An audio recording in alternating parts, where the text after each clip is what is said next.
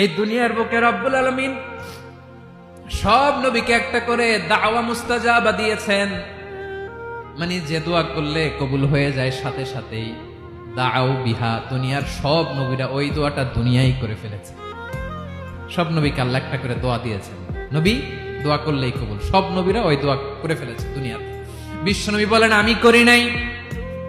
ওয়া ইন্নী আখতাবিউ দাওয়াতি শাফাআতান লি উম্মতি ইয়াউমাল কিয়ামাহ, আমার ওই স্পেশাল দোয়াটা আমি দুনিয়ার বুকে কঠিন বিপদে পড়েও কোনোদিন করি নাই। আমি আমার স্পেশাল দোয়াটা কিয়ামতের দিন আমার গুনাহগার উম্মতকে সুপারিশের জন্য রেখে দিয়েছি।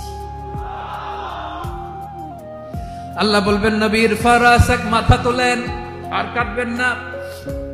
বিশ্বনবী মাথা তুলবেন, আল্লাহ বলবেন সাল তুতা, আপনি যা চাবেন তাই দেব। ওয়াশফা তুশাফা, সুপারিশ করেন, সুপারিশ কবুল করব।